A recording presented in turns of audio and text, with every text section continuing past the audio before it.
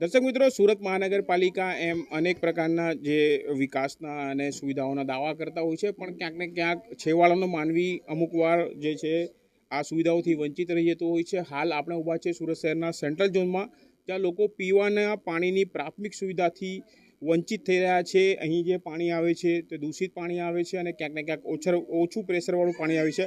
આ વિસ્તાર છે ખાન સાહેબનું ભાટું કહેવાય છે. સેન્ટ્રલ ઝોન વિસ્તારના પાલિયા ગ્રાઉન્ડ નજીકની આ ગલીઓ છે. આપ જોઈ શકો છો આ પ્રકારે અહીં અનેક લોકો હાલ અહીં જોઈ શકો છો, નાના બાળકોથી લઈ વૃદ્ધો હોય, મહિલાઓ હોય, સૌ કોઈ આ તકલીફમાં છે.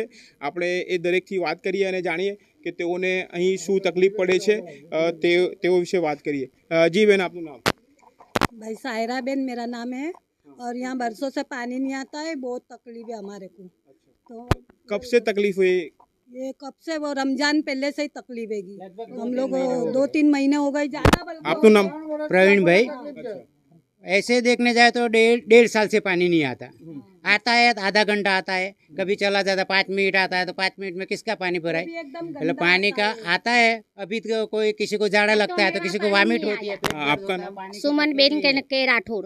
સુમન બેન, શું તકલીફ છે અહીંયા? કેટલા લોકો? कम से कम हमारे 3 महीनाથી અહીંયા પાણી આવતું નહીં. પાણી આવે 5 મિનિટ પાણી આવે ને ચાલ્યું જાય. પીવાની બી પાણીની બહુ તકલીફ પડે છે અમને. આ વિસ્તારમાં સુમન બેન કેટલા ઘરો છે અને શું? હમણાં કમ સે કમ અત્યારે અહીંયા 300 ગટલા છે જ ને બીજા મસ્જિદ બાજુ છે. અડધે આવે અડધે નહીં આવે.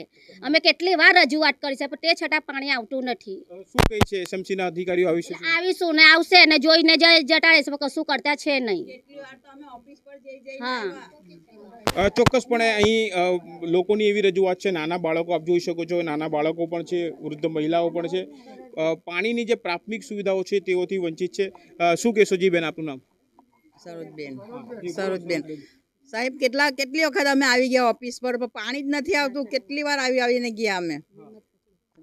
ઘણી વાર તેઓએ રજૂઆત કરી છે પણ હજુ સુધી પાણીથી તેઓ વંચિત છે. આપણી સાથે બીજા જોવી હોય, હકીકત જોવું હોય તો તમે 7 વાગ્યાથી 10 વાગ્યાની અંદર આવો કે મહિલાઓ કેવી રીતે કાથી પાણી લાવે છે, શું છે એ તમે રૂબરૂ જ જોઈ શકશો કે કેવી રીતે પાણી પૂરું કરે છે એ લોકો. અહીંયા કેટલો સમય છે? પાણી આવવાનો સમય શું છે?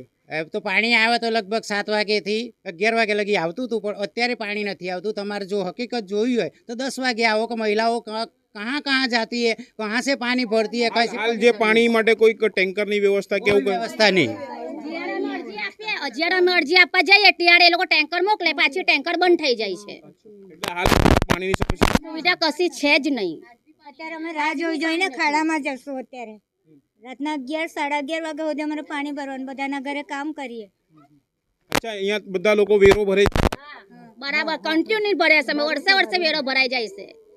ચોક્કસપણે વેરો અહીંયા લોકો ભરે છે પણ પાણી આવતું નથી. લોકોમાં ખૂબ જ જે છે એક પ્રકારે રોષ છે, કારણ કે નાના બાળકો, વૃદ્ધો, મહિલાઓ સૌ કોઈની એક જ માંગ છે કે પાણી તેમને પ્રાથમિક સુવિધા છે તે પૂરી પાડવામાં આવે. કારણ કે અહીં જે વિસ્તાર છે હિન્દુ મુસ્લિમ સૌ કોઈ સાથે મળીને રહે છે, પણ અહીંયા કોઈને પણ પાણીની હાલ જે છે તકલીફ દરેક વ્યક્તિની છે.